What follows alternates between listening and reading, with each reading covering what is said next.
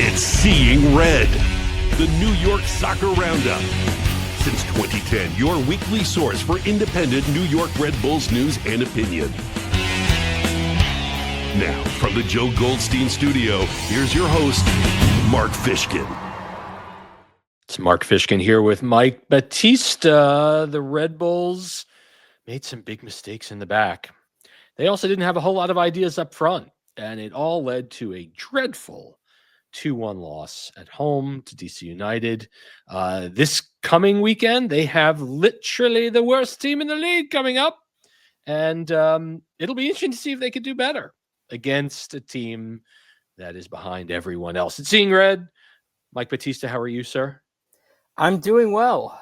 It's been, it's hot as it's getting hot like crazy. And that means Red Bull soccer is still happening. It happens when it's cold and when it's 80 degrees and raining. Yes, but it doesn't look too good. At least it didn't on Saturday night. We, on the other hand, look phenomenal. And we ask you, if you are watching on YouTube, please like this video. Please subscribe to this video. Tonight on Seeing Red, we'll break down the breakdowns against DC United. Can we actually have a Bull of the Week when New York looks so dreadful and loses to DC for the first time in 9 tries? The Red Bulls have their opponent in the Open Cup round of 32. We'll talk about that. We'll preview CF Montreal's visit to Sports Illustrated Stadium on Saturday night. No guest this week. We're going to go right to email. Let's get into it. Sandra Schwartz decided to play Tim Parker, who had been playing quite well over the last few starts, but Alexander Hack was playing next to him and not Noah Ayla. DC came into the match, Troy Lesesne playing 5 in the back, really content to absorb pressure by New York and hit New York on the counter, which is exactly what happened as Peglo literally undressed Tim Parker, scoring the first goal for DC. And it was painful to watch, Mike. I mean, you're also skipping over the fact that Troy Lesesne got a yellow card in a venue that he is known to get yellow cards in, which Sure enough. I love. Right at the 10-minute mark, I see the ref walk over to him like, oh yeah, we're back. We're cooking. Let's go, Troy. But yeah, no, I can't even begin to describe that. It was a bad giveaway, and then Tim Parker was left dangling, got beat. I don't know who to blame more, but Tim did not look good in that instance. No. He's not someone that has – it's been a decade of MLS experience at this point, right? Yes, and Peglo, to his credit, did really, really well, but he's certainly not one of the more feared attackers in MLS right now. This was his first goal in MLS, and he, then he followed it up. We'll talk about that in a second. But this was his first goal in MLS.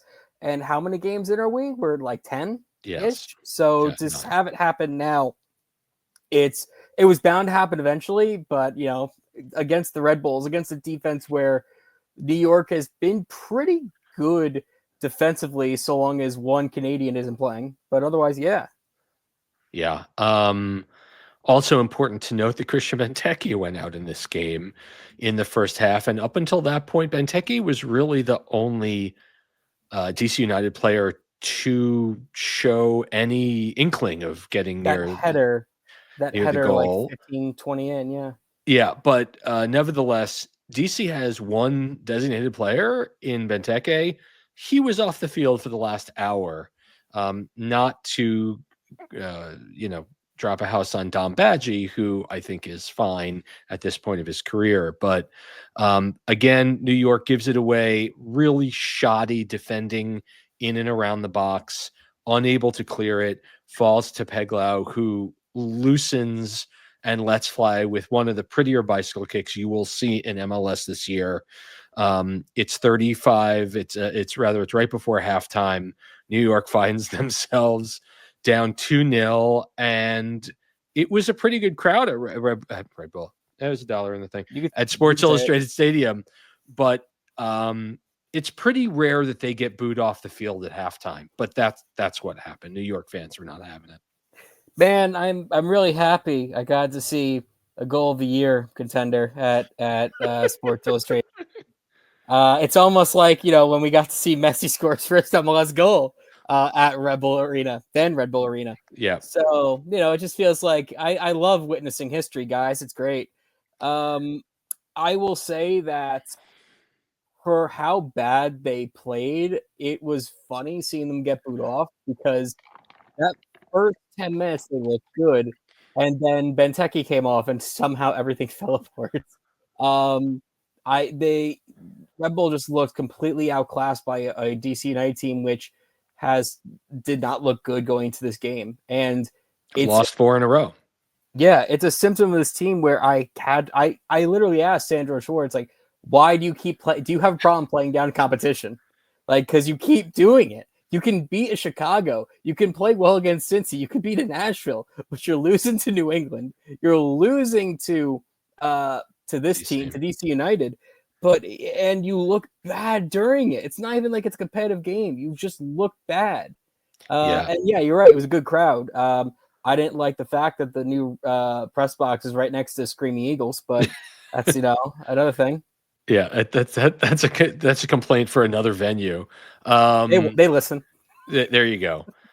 So as always, Schwartz makes solid halftime adjustments. Ayla comes in, Parker goes out, Stroud comes off, offense for defense. Julian Hall comes on. A few minutes later, Wiki Carmona comes on for Dennis Yengor. Listen, this was a night where there just weren't enough ideas. And to be fair, DC's up 2 goals on the road. They are playing 10 men in the box. They're making it almost impossible for New York to find their way toward the goal. Choupo-Moting gets a wonderful finish that's really generated from a terrific header by Carvalho. Forsberg gets it over to Choupo, and Choupo puts it in. Very well taken, very well done. Did Choupo put it in? Did he not put it in? I mean, it hit squarely off the head of a DC United defender. Okay, it was going in, was it not? I look, you could argue, was the goalkeeper going to stop it? I don't know. I was going to say that thing took a complete 90-degree change because it hit a guy's head. All right. I'm just saying, like, Choupo-Moting, I'm not going to give him any sort of credit for this game. He looked terrible and he looked quiet all game, and he gets one goal that hits off the head of like Jared Stroud or whoever the heck it was, and I'm supposed to be like all happy about that? I don't know how happy you are about it. I mean, it was the kind of broken play that really illustrated not only the skill of New York's most skilled players, but it also was, I think, really, really appropriate for the game state, because it's only on a ball played out of the box that you even had the opportunity to score against DC, who was parking the bus, the minivan, the new sedans, old Teslas that no one wants anymore. I mean, it was a 10-story parking deck that DC was putting back there. New York with corner after corner, New York with cross after cross. Victor Bogac came in. I don't think I noticed him, frankly, after he came onto the field. And that's because DC did the job that any professional team should do. Up 2 goals and then up 1 goal on the road is just make it nearly impossible for New York to find that second. They finished with 4 of their 12 shots on target. Carlos Cornell made no, I'm sorry. They finished with 2 of their 10 shots on target. And that is a massive credit to DC's defense. But again, they didn't lose the game in the second half when they got halfway back. They lost it in the first half when Tim Parker literally was skinned alive and New York fell apart defensively in their own box. And dreadful. The Red Bulls had the last 5 shots in the game. And this was a terrible result. This was a terrible result for a team that has been, as you said, Mike, they play well against good teams. They have 2 draws against a solid Orlando team. They played Cincinnati tough on the road. They had been unbeaten at home so far this season. And, for the second time in 3 weeks, just dreadful, just not enough ideas. And, the team is still over the line. They're in ninth place with a 3-3-3 record, and that is mediocre. And that is what the Red Bulls are right now. They're mediocre. And there's only so much we can blame on the roster being hurt, because we saw Cam Harper return last week. This was his first start, so we were seeing him return. We're seeing like Hall, we're seeing Bogash, we're seeing everyone start to come in, and it's not getting better. Are we really that desperate for Lewis Morgan? That's not a good sign that we're that desperate when we just got this shiny Chupo and it's not working out enough that we still need Lewis Morgan. No credit wrong or nothing wrong with Lewis Morgan, but just how much are we relying on him? Yeah, I think a real lot. New York's first shot in the second half was in the 57th minute. And just dreadful. So on a night like this, where New York finds themselves once again playing down to the level of their opponent, was there anyone that stood out for you as a potential Bull of the Week? It's funny because going into the game, I always wanted to. I was already kind of watching the Peter versus Jarrett Stroud, like back and forth. He had a pretty decent game. He had a good couple slides to stop shots against DC United early, back when DC was trying to score away from the South Ward. So he was doing a lot for the team. I will say that I will give him the benefit of the doubt and just say, and also I feel sorry because probably him and Jared was not going to let him live this down at the Easter dinner over in Jersey. So, overall, I think Peter did pretty well. I'd give it to him. You know what? I wish I could. I wish I had something better to say. I don't think that anybody stood out. I really don't. It was tough. Yeah, it was tough to watch. And I don't think there is a Bull of the Match. I think the Bull of the Match are the fans that showed up. I just really dreadful. Again, New York falls to 9th in the East. They're 3-3-3 on the season. But there's another competition that New York is getting ready to play in, and it is Mike Battista's raison d'etre. That means reason to be for you guys who don't know French. There are 32 teams left in the Open Cup. They were drawn into 8 4-team groups. And here are the groups that were set up before the U.S. Open Cup draw, which was last week. They're named, as you can see, for U.S. men's soccer legends. Is there anything that stand out for you? Because there's certainly something having to do with the Red Bulls that stand out for me. Story. So the way this works is that 16 MLS teams who were not in CONCACAF Champions League and also either they were in Champions League or they were in Leagues Cup. You couldn't be in 3 things, but you could be in 2. You had them drawn into the Open Cup, and that means 2 MLS teams per group, along with 2 teams who survived the first 3 rounds.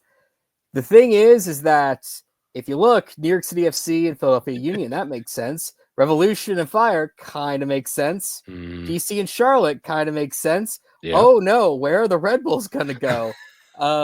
You are going to go westward, my son. And they got drawn into the Paul Cagliari group with Dallas, AV Alta from USL League One, and Colorado Springs.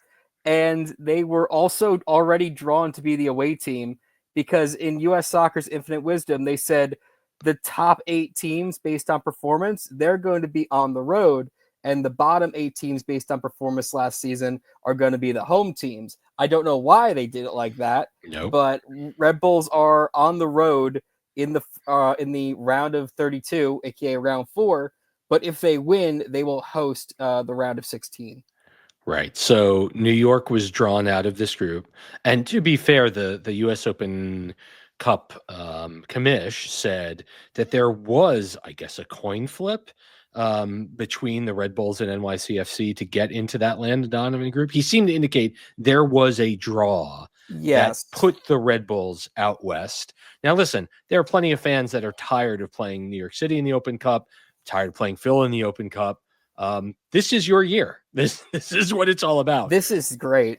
Because after playing in Miami the prior Saturday on the 3rd, the Red Bulls will head to Colorado Springs, Colorado, where they will take on the USL Championship champions, Colorado Springs Switchbacks.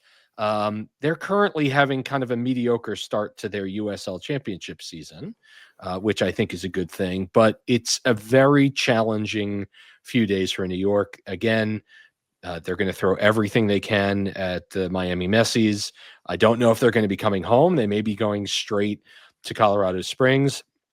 If they win, as Mike said, in the round of 16, they were drawn to host first. They had the first right to host in the round of 16. So whether that's Dallas or AV Alta FC, and if you're curious, as Mike said, AV Alta is a USL 1 team in its first ever season. And John Smeltzer, who's the GM, is a good friend of mine. So that would be kind of cool to have Alta. That's Lancaster, California. They're playing in the old abandoned Lancaster Jethawks minor league baseball stadium. So that's kind of neat. It's been completely renovated. It's great for soccer. It's really a tremendous success story that's going on out there. Are there any other, I mean, the Revs are playing Rhode Island FC in the first continuing New England derbies, which I think is kind of fun. Just Philly has Indy, right? Is that right? Yes. So, yes, they do. So that'll be interesting. Any other matchups here of interest that you? I want to put on record, because I had on writing, if Red Bull was in a group with Detroit City or Pittsburgh and got drawn away, I was going. Right. I'm not going to Colorado Springs. No, that's too far. But I was going to be a sicko and go to those things. Things that catch my eye are I'll give you 3 just real quick. Sure. Tampa Bay versus Orlando City is good old fashioned. That's hot. Hate. That's hot. Although That the Rowdies are garbage this year, apparently. They're kind of struggling, but at the end of the day, I feel like they're going to throw everything they can at Orlando, because that is a USL, NASL like sort of rivalry from the beginning. I also really like Chicago Fire versus Detroit City. That'll be great. That's going to be a good one it's going to be at Chicago, so I assume Soldier Field. And Detroit City's got a penchant for beating MLS teams. Yep. I know Chicago's good this year. I still don't believe that, so we'll see what happens. And then finally, I'll give you New York City FC versus Pittsburgh at beautiful Highmark Stadium on the river in Pittsburgh. Pittsburgh beat the New England Revolution back in 23. They're still a very good team under Coach Bob Lilly. I will be watching keenly for that one. I don't know which way it can go. I still need to really think about it, but just in terms of vibes and scenery, that one's a must watch. I'm also going to pull one more out, which is the Tacoma Defiance, which are the Seattle Sounders MLS Next Pro team. They're taking on the Portland Timbers. And so Seattle, who played in the Champions League, I believe, their MLS Next Pro team got the nod this year. So a Portland versus mini Seattle. I thought it was interesting. All right. Yeah. Well, let's talk about Montreal and the New York Red Bulls. Montreal is winless. Oh, no. In MLS. They have 3 points from 3 draws in 9 games. They are dead last in the East. They've scored 4 goals in 9 games. Woof. They have the worst attack in MLS, to say the least, and the second worst goal differential. They have underperformed their XG. That says GD. It should say XG by 6 goals, which means the model says they should have scored 10 by now, but they've only scored 4. They have not scored a goal after 75 minutes in any of their matches this year. And they are winless away with 5 losses and 2 draws. Now, to be fair, that's 7 of the 9 games played away from Montreal, because they decided that they were not going to be using the Big O this season, and they have waited until things have started to thaw at Saputo Stadium to host home games. So, but still winless. Their last 5 also winless. A 3-0 loss at Nashville. A 1-1 draw at Chicago. That's a quality result. A 2-1 loss at Columbus, which you could argue is also quality. a 1-0 loss at Charlotte, and a scoreless draw at Orlando. Really, really interesting. So they are, I think it's safe to say they're in every game. It's just not working out for them on the right side of the result. Lots of change from last year. Among the players that have joined that you may know, Petrasso signed as a free agent. He's on the Canadian national team. Brandon Craig came from Philly Union. An 18-year-old Sinchuk came from Kharkiv in the Ukrainian league. They do have Giacomo Vioni, who played at the Revs the last couple of years. And they do have Jalen Neal, who played for the MLS Cup champion Los Angeles Galaxy. And they added Fabian Herbers, who's now 31 years old, the German from the Chicago Fire. Out from last year, Lassi Lapalainen, who went to Columbus on a free. Yeah, I mean, the Montreal wasn't good last year, and they're not good this year. They're historically bad this year. Is this the worst attack that's ever been seen? It's no secret that Montreal's been bad, and that's putting it kindly. But 4 goals in 9 games is the worst attack in MLS. But it's not this is an attack that's underperforming.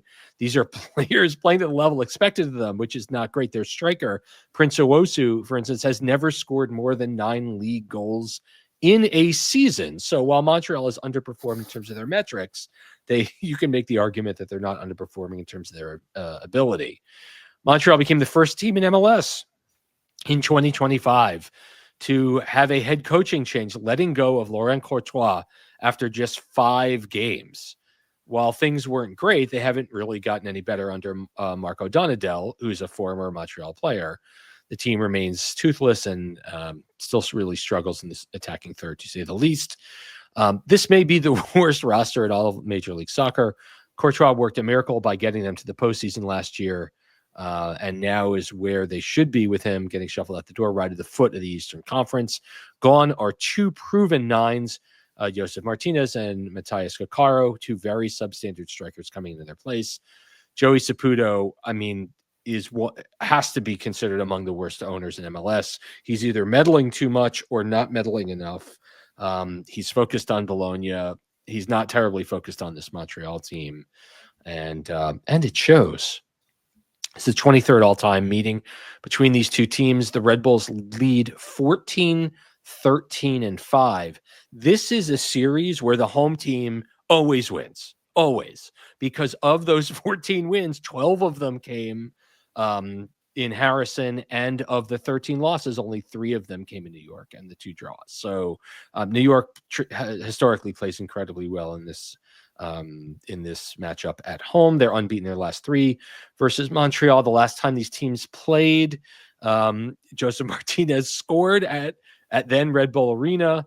An own goal by he had 2 goals actually in that game. Wiki Carmona had a goal, and then Chanier had an own goal last summer in Harrison. The last time New York lost to Montreal was back in 2023 when Andres Reyes had an own goal and Chanier added one in the 92nd. Thierry Henry, the all-time leading scorer against Montreal. Henry loved playing against French Canada. And Wiki Carmona has 2 goals among the active roster. And this may be what we see out of Marco Donadel's 4-2-3-1. Jonathan Sirois, Canadian goalkeeper, has allowed 13 goals against and 2 clean sheets in 9 matches. Woof. Petrasso, Waterman, Campbell, and David Bugaj, a Pole on the back line. Samuel Piette, who seemingly has been in Montreal forever, 30 years old now, my goodness, as a 6. Nathan Saliba, another Canadian, 21-year-old, also at the 6. The attacking line includes Dante Seeley, a 22-year-old American. Our friend, Caden Clark, is driving the bus for the Montreal attack, which may be a problem. Caden Clark does not yet have a point this season. Sinchuk on the right, and Prince Owosu, again, the 28-year-old Ghanaian, has 2 goals and an assist. Congratulations with 2 and 1. He's leading Montreal. So, Mike, as we talked last week, We talked about these 2 games being must-win games. New York failed the first test miserably. What can we expect Saturday in Harrison? I mean, I expect you're not going to have Daniel Rebane on anymore because he's kind of every time he gives a prediction, it does not happen. Well, he's picked up right when Joe left off, so that's perfect. Look, I don't want to give away my prediction yet because you're going to ask me that in a couple seconds. I will. But I do think that even if Montreal is looking towards this game, there is something on the horizon they're going to be taking more seriously. So I will probably think that Red Bull can use this as long as they don't use this as a chance. Oh, we're going to start Julian Hall, guys, because it's Montreal. I think that Red Bull is going to be fine. The Red Bull attack, no matter how disorganized it can be at times, should still be enough to get 2 goals against this Montreal team at least. Okay. So, I mean, we've seen Cam Harper come back. He's played like a game and a half since he's back. He's obviously going to be, I think, a little bit more fit. We're getting closer to Lewis Morgan. I mean, DC just illustrated to the entire league how to beat New York at home, which is stuff the box, counterattack, get that first goal, and just sit on it. I mean, I guess the question is for me, what can be different in the attack? Is it Caravaggio blasts from 20 yards out from outside the box that's going to make the difference? Dylan, obviously, Dylan picked up a knock in the game on Saturday. He was replaced by Serge. I just don't know where the spark is. I don't know what's different other than, hey, you're worse at defense than DC, so we're going to get past you. The spark is that when Red Bull holds the ball and does nothing, I still feel like that Montreal is still going to find a way to trip on themselves just by watching the other team move the ball around. That's honestly my go-to here because I'm like you. It's not that the Red Bulls are good. It's just that I think Montreal's worse. Well, I'm going to put Montreal's last 5 up here once again because I think it's important to note, right? They hosted Orlando, who is a high-powered attack, and held them. They held Charlotte to a single goal. They held a Chicago team to a single goal. So while yes, it's been bad.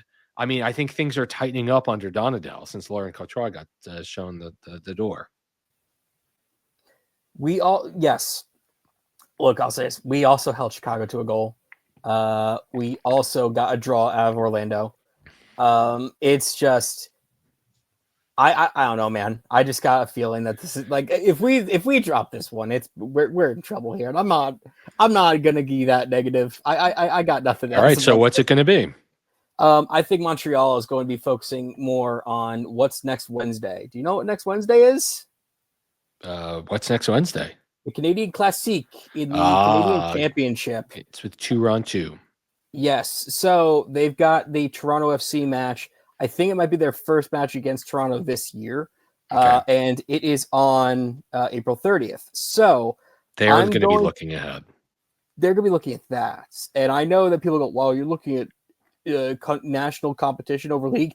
Look at where they are in league right now. Yeah. Yes, they will, and also it's against their rivals. It's not playing against Edmonton Scottish or whatever team that former Red Bull created up in Canada. It's against another MLS team that they have history against. They're going to want to play that one. So Edmonton Scottish, is that a thing? That's a real team. Edmonton Scottish is professional team? No. Edmonton Scottish is playing Calvary FC from Canadian Championship. Edmonton Scottish is a team from Edmonton, Alberta, who play in League One Alberta. Okay. That's a real team. So yeah, I'm going to say Red Bulls win this game 2-0. Montreal is going to be focusing on the bigger task ahead at them, which is probably hoping that they can beat Toronto. Probably can't, but they're going to want to focus on that. I'm going to call it a 1-1 draw because I'm willing a negative impact from my wish here. The Red Bulls, again, they're tied. They're 9th on the table. They're 4 points out of 5th. So the East is starting to spread out a little bit. And New Mhm. York needs to win against the worst team in the league if they want to be called something other than absolutely mediocre. And going into the busy month of May, right? 8, maybe 9 matches in 31 days, you gotta win. I mean, This is the game where it should be a trap game for the Red Bulls. I right. just think it's going to be the trap game for Montreal because they got to focus ahead. So, Montreal, who is or we both trap each other. it's a scoreless draw. Montreal's played so bad historically in New York. I'm not so terribly worried about it. We're back on Seeing Red. We've got your email, so won't you stay right here? Thanks.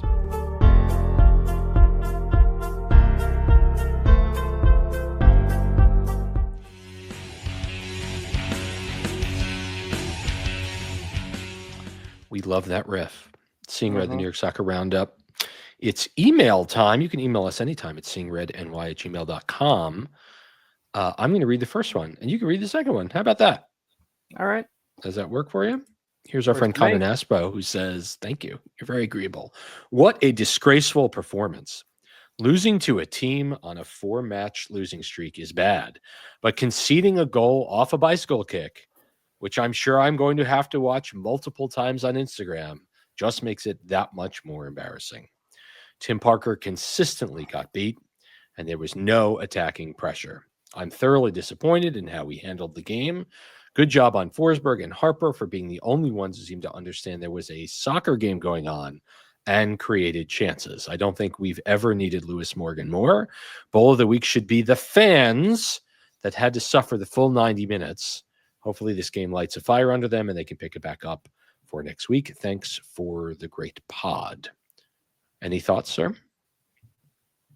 I mean, I'm kind of confused by your, losing is bad, but conceding a goal off a bicycle kick is worse.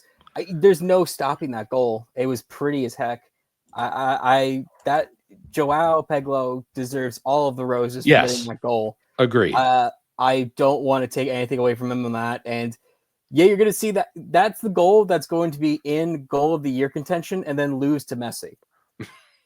Before we go to the next email, I wanted to share the news that broke earlier today.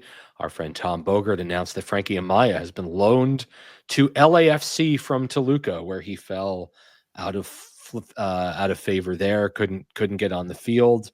Thoughts on Amaya going to California and not coming back here? Not that may have been an option.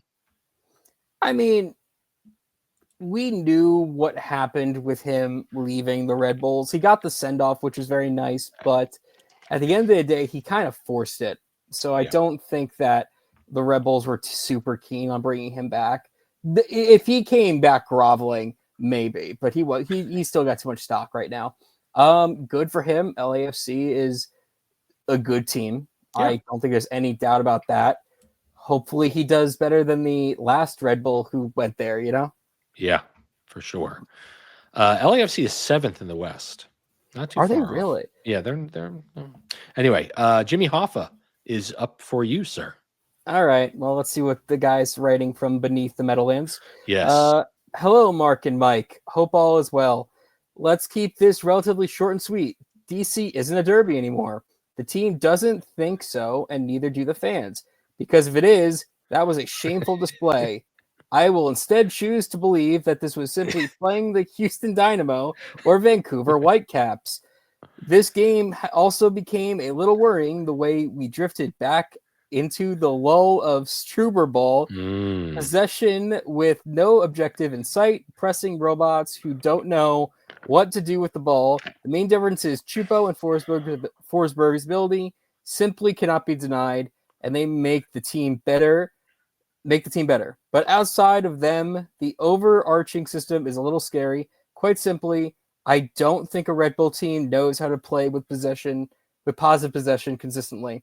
And this might just be something the front office accepts as an axiom of the way they want to play. I'd like to see the team play at full strength injury-wise. We shall see if that ever happens. Yeah. Mr. Hoffa. Thank you, Jimmy. I think there's a lot of good insight here. Far too often against a DC team that was consistently dropping players into the box and conceding, not only into the box, they were giving New York the wings too. I mean, it wasn't just a north-south retreat by DC. It was an east-west retreat as well. Oftentimes, all 10 field players were within 20 yards of the ball, which, I mean, that's a Troy Lesesne Red Bull special right there, right? I mean, this is how this team wanted to play, to just muck things up and hit on the counter. And they did it twice or 1.5 times. But it didn't feel like the game had the special sauce because New York kept just running into the nettles of DC and they had no idea how to get out of there. And it was ugly. It was really ugly. And there are people in my party at the game who literally just said, if this was my first ever MLS game, I would never come back because it was so devoid of creativity or interesting play at all. It was pretty dreadful. I'll say that I will give DC 2 credits. One, over the last couple of years, like since COVID, Philadelphia and DC have had the issue of they don't send fans up anymore. This was the first time in a while I've seen the DC away contingent be there and be loud and be like happy.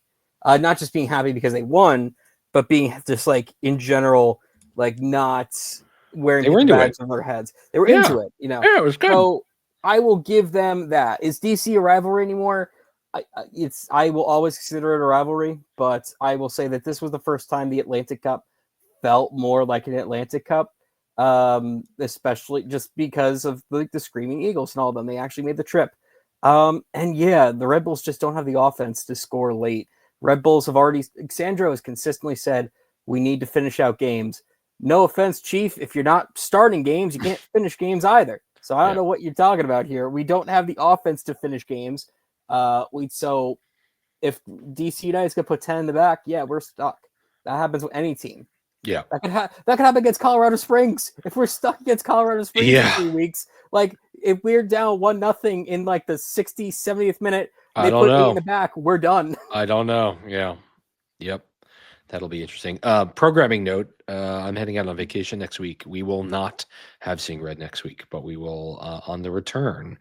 Here's Chris Brandon Whitaker, who writes, Mark and Mike, do Schwartz and his roster truly understand that losing to the scum at home is the worst result of the year for many fans? Now, this is interesting coming off of Jimmy's note that this is no longer a rivalry. Chris is an OG fan, and this is an important game for him. This match didn't look like a must-win game in either planning or execution. Does this club have a must-win option tactically and mentally yet? If not, what would that look like? Thanks, Chris. Well, as we talked about during our first segment, and as crazy as it sounds, when you're at home against the worst team in the league that's scored 4 goals all season, you got to win. This is literally the definition of must-win for me.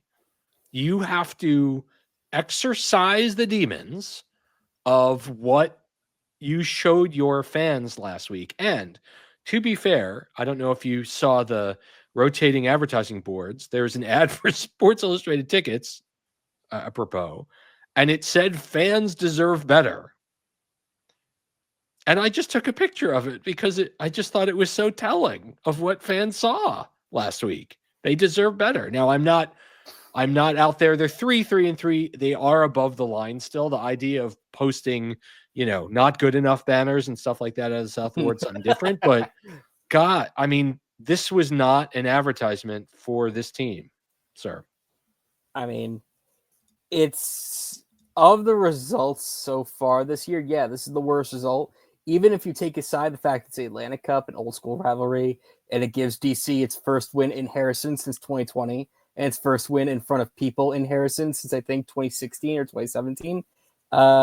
This is probably the worst result of the year so far because they're just a terrible team. If anything,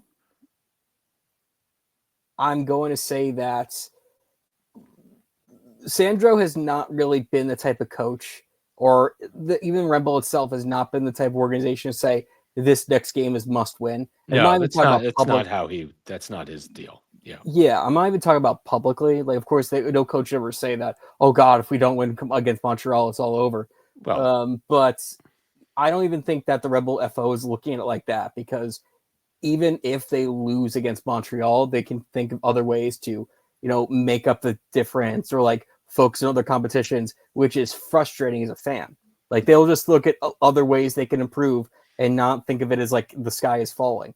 So that's kind of like the annoying thing. yeah. So for fans to say that Montreal is must win, to you it is. To Red Bull, it's just a Tuesday. Yeah, I get that.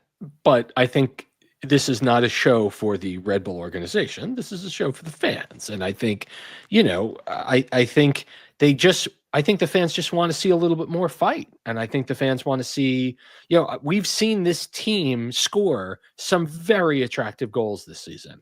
This season? Well thought out, well built goals that make your eyes pop.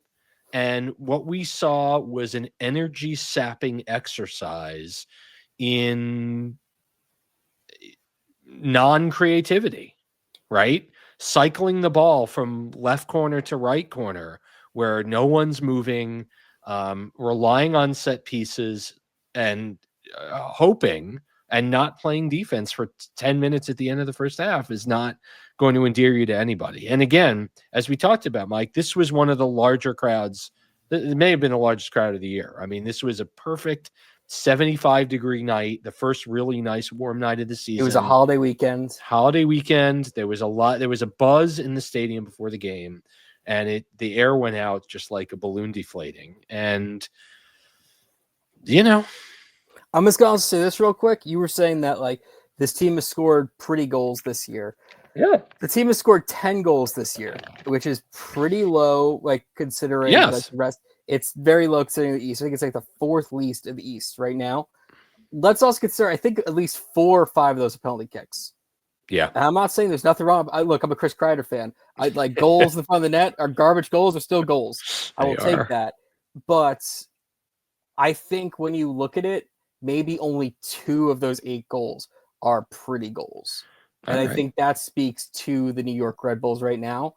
They need to, they don't have to make it pretty. They just need to get garbage goals. They need to just be annoying. They need to get a man in the box that's annoying and either draws people away from him or scores. I don't know who that man's going to be. If that's Lewis Morgan, fresh off injury, sure. But they just need that final annoying presence in the front of the net.